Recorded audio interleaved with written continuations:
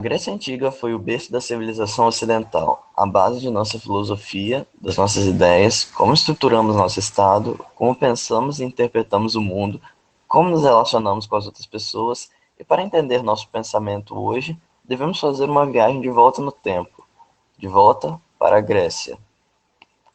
Antes de Sócrates nascer, já haviam escolas de pensamento bem estabelecidas. Hoje chamamos essas escolas de pré-socráticas, por motivos óbvios. O início do pensamento filosófico começou com Tales de Mileto, que entre suas obras introduziu o conceito de cosmogonia e falou que a origem do cosmos seria única, e devido a um único elemento. Segundo Tales, esse elemento seria a água.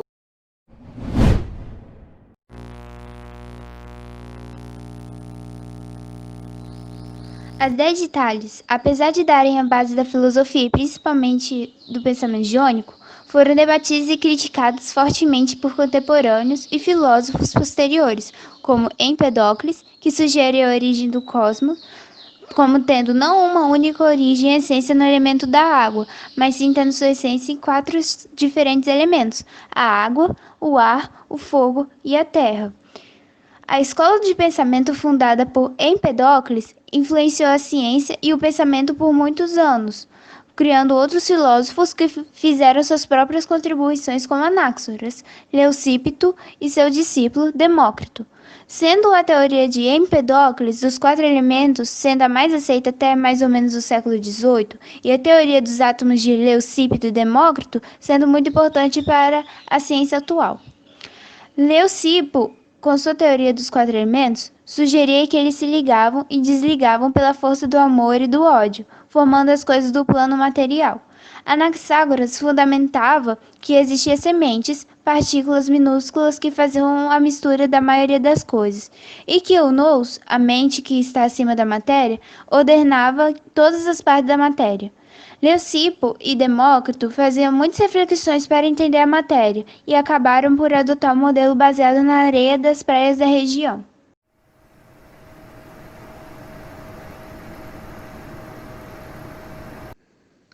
Empedocles de Agrigento.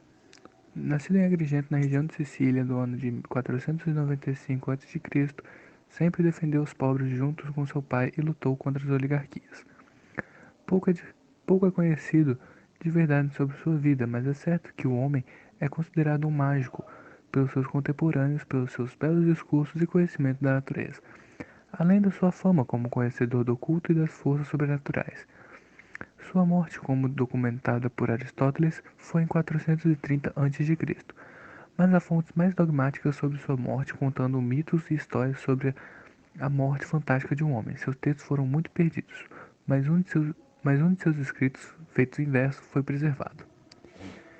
Seus escritos descrevem a cosmogonia, assim como Tales, mas dessa vez os elementos viviam em paz em uma esfera, puros e ligados pelo amor, enquanto a força do ódio e da revolta guardava as bordas da esfera. Então a revolta ganha mais e transforma a esfera pura no mundo de eventos e acontecimentos como podemos ver e experienciar hoje. Empedocles descreve os elementos como os nomes místicos Zeus, Hera, Nefes e Aidoneu, e as forças que agem são o amor que liga entre elas, o ódio que os separa, forças comuns que podem ser vistas pelo olho nu nas interações do homem, mas na verdade reagem o universo todo.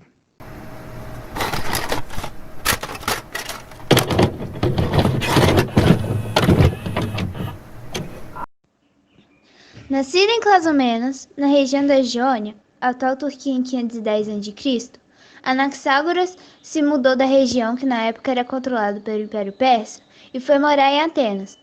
De acordo com Diógenes Laércio e Plutarco, mudou-se depois e se exilou na cidade de Lampsaco, atual Turquia. Era um cidadão grego do primeiro Império Persa e serviu no exército persa, explicação provável de por que foi morar em Atenas.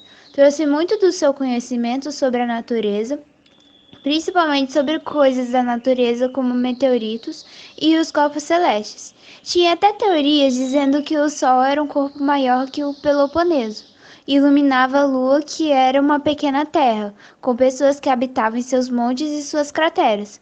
Plutarco escreve que Péricles sugeriu que Anaxágoras fosse morar em Lampsaco, após os atenienses começarem a ocupar pela Guerra do Peloponeso. No seu julgamento, ele foi culpado do crime de negar as divindades do Sol e da Lua. E apesar de Péricles ter ajudado ele em seu julgamento, Anaxágoras se viu obrigado a ir em exílio em Lampsaco, onde morreu em 428 a.C.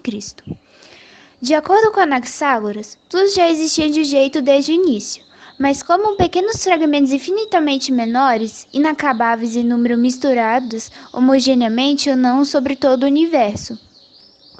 O trabalho de acertar o caos era do Nous, a mente, que não era menos ilimitada que a massa caótica. A massa era pura e se mantinha independente. Esse agente é possível observar em todas as formas de vida. A primeira forma do Nous seria a moção, segundo Anaxágoras, que agrega e distingue as partes. Apesar de tudo, a mistura original das coisas nunca é completamente superada. Anaxágoras confirma isso em sua frase: tudo está em tudo. Cada coisa contém em si mesma parte de outra coisa ou elementos heterogêneos, e o que é, na conta de preponderância de certa homogeneidade, partes que constituem o seu caráter. Desse processo, do aumento e do declínio representado novas agregações e irrupções, que surgem as novas coisas que vemos no mundo.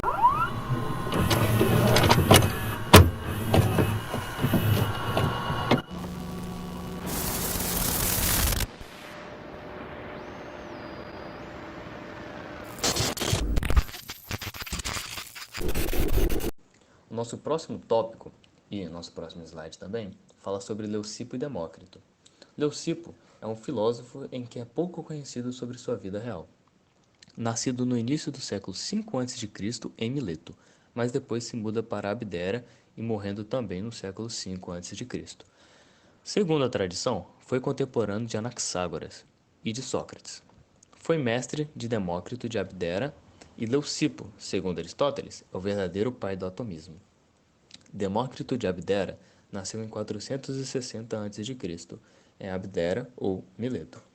Viajou extensivamente por Atenas, Babilônia e pelo Egito. Mas é certo que partiu a morar em Abdera.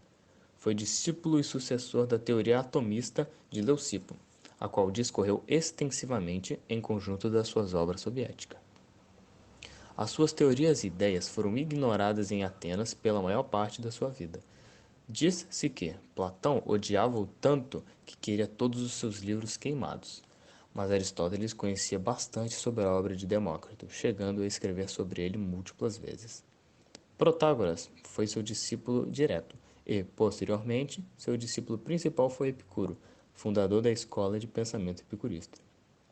Demócrito morre em Abdera em 370 a.C., sendo um nome muito importante e conhecido no ramo da ciência e dialética marxista ao se opor ao idealismo de Sócrates. É contado um mito de que Leucipo introduziu a sua ideia de um jeito que Demócrito conseguiria visualizar ao mostrar-lhe uma praia no mar Egeu.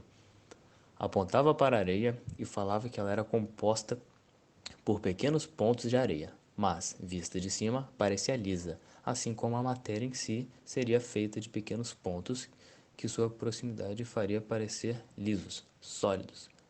Essa conclusão era apenas sustentada pela lógica. Afinal, cortar uma maçã no meio para cortá-la de novo, e de novo, e de novo, até que deveria chegar num ponto em que seria impossível dividir de novo.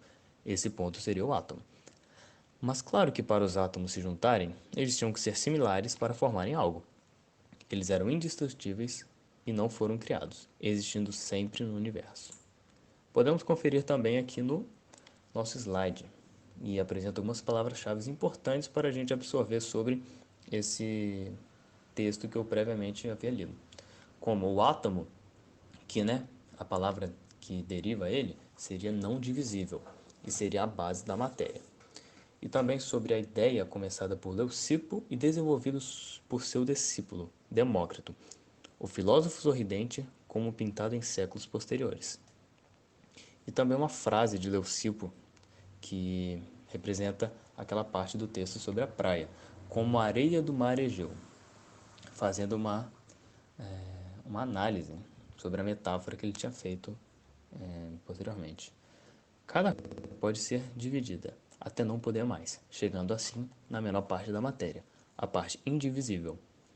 E ali nós podemos contemplar uma linda praia do mar Egeu, onde provavelmente, mesmo sendo um mito, Leucipo participou juntamente com Demócrito para fazer a sua explicação. E um exemplo ali sobre a maçã, que eu havia lido no texto. Uma matéria, metade, um quarto, um oitavo, e vai até chegar no último momento, onde não tem como se partir mais e o átomo fica indivisível, ou seja, você não consegue mais partir ele em nenhum mais pedaços.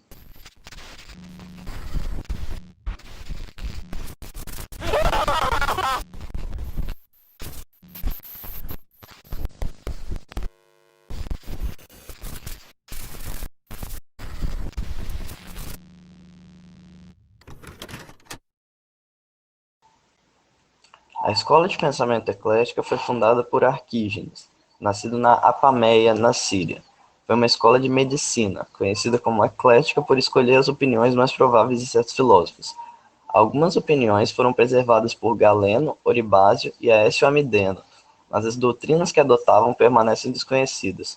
É pensado que talvez foi um ramo da escola metódica. No slide dá para ver um pouquinho da cidade e um símbolo que representa a medicina.